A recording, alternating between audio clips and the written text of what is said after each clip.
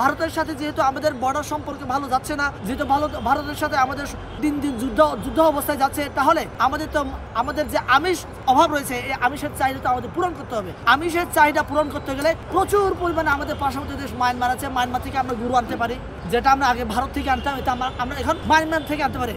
Myanmar থেকে প্রচুর পরিমাণে গরু আসছে এখন অবৈধভাবে। এখন আমার কথা হচ্ছে, এই যে অবৈধভাবে গরু না নিয়ে এসে আমরা যদি বৈধভাবে নিয়ে আসতে পারি, তাহলে বাংলাদেশের মানুষ যেমন উপকৃত হবে, বাংলাদেশের আমাদের রাজস্ব খাতেও এটা নতুন একটা মাত্রা যুক্ত হবে।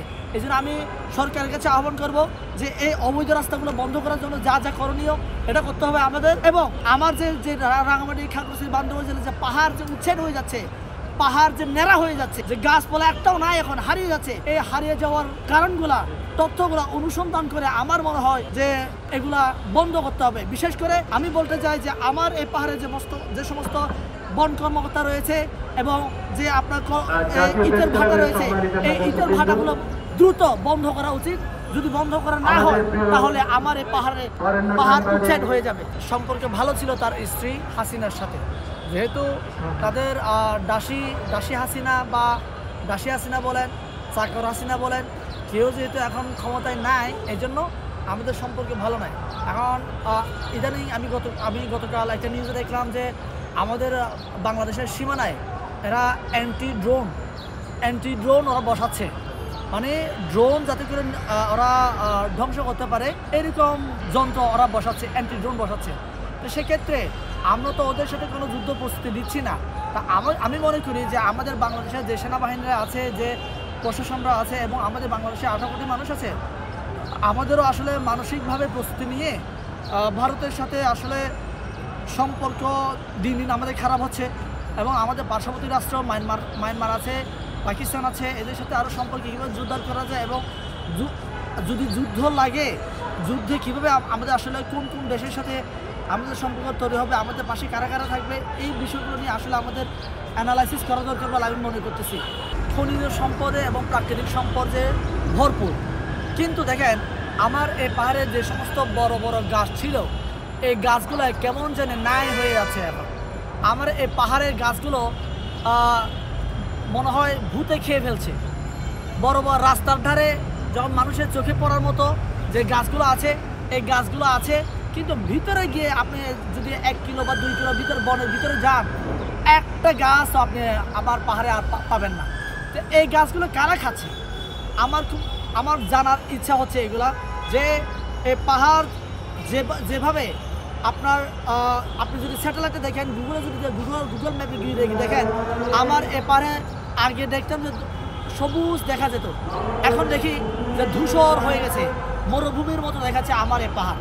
তাহলে আমার এই পাহাড়ের গাছপালা, প্রাকৃতিক সম্পদে যে প্রাচুর্যতা রয়েছে, এই প্রাচুর্যতা কিন্তু আমরা হারিয়ে ফেলছি। এটা আমাদের পাহাড়ে যে বিট কর্মকর্তা আছে, বন কর্মকর্তা আছে, এরাও এগুলোর সাথে জড়িত বলে আমাদের কাছে খবর আছে। এখন আমার কথা হচ্ছে, আমার এই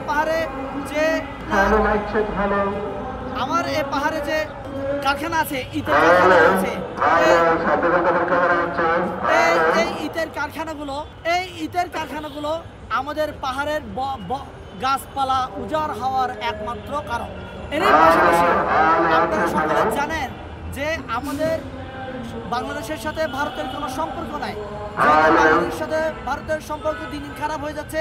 আমাদের দেশের সাথে আরেকটা দেশ খুব কাছে আছে, সেটা হচ্ছে আমাদের মায়ানমারের সাথে আমাদের বান্দরবান জেলার নাইক্ষ্যংছড়ি উপজেলার সাথে একটা বর্ডার রয়েছে।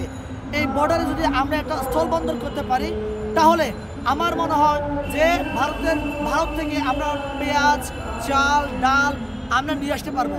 এখন আমাদের স্থলবন্দর না থাকার কারণে অবৈধ যারা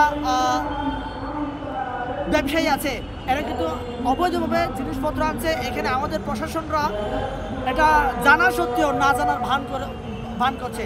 এই জন্য আমি মনে করি যে আমার এই নাইক্ষ্যংছড়ি মায়ানমারের সাথে আমাদের বাংলাদেশের সুসম্পর্ক তৈরি করার জন্য এবং বাণিজ্যিকভাবে সম্পর্ক তৈরি করার জন্য আমার মনে হয় যে একটা স্থলবন্দর আমাদের নাইক্ষ্যংছড়িতে করা দরকার। এই স্থলবন্দরতে করলে পরে আমাদের দেশে যে রাজস্ব খাত রয়েছে, প্রচুর পরিমাণে রাজস্ব আয় হবে আমাদের বাংলাদেশের সরকার। কিন্তু এই রাজস্ব হারাচ্ছে আমাদের বাংলাদেশে। আপনারা জানেন যে আমাদের বাংলাদেশের মানুষের প্রিয় খাবার হচ্ছে গরুর মাংস, কিন্তু এই গরুর মাংস আমাদের বাংলাদেশে পর্যাপ্ত পরিমাণে উৎপাদিত হয় না। দেখুন, আপনারা সকলে জানেন যে আমার এই পাহাড়ে শান্তি বাহিনী আছে, জেএসএস মানে ইউপিডিএফ আছে, এরকম অনেক সশস্ত্র সংগঠন আমার এই পাহাড়ে আছে, আমি জানি, আপনারাও এটা জানেন। কিন্তু এরা এতদিন ধরে আমাদের ভারতের উস্কানিতে, ভারতের ইন্ধনে ওরা কিন্তু এই কাজগুলো করেছে। এখন আমি মনে করি যে আমার এই পাহাড়ে যে আঞ্চলিক সংগঠনগুলো আছে, যে সশস্ত্র সংগঠনগুলো আছে, ওরাও আমাদের দেশের সার্বভৌম রক্ষা করার জন্য ভারতের বিরুদ্ধে ওরাও ওদের যে ট্রেনিং আছে, এদের কাছে যে অস্ত্রগুলো আছে, এরাও ভারতের বিরুদ্ধে ওরাও কাজ করবে বলে, যুদ্ধ করবে বলে আমি বিশ্বাস করি। আর এরকম পাশাপাশি যে আমাদের বাংলাদেশে, আমাদের এই পাহাড়ে যে সমস্ত আপনার নেতারা আছে, যে জনগণ আছে, এই জনগণরাও সবসময় সর্বদা ওরা বাংলাদেশের পক্ষে, বাংলাদেশের জন্য কাজ করেছে, কথা বলেছে।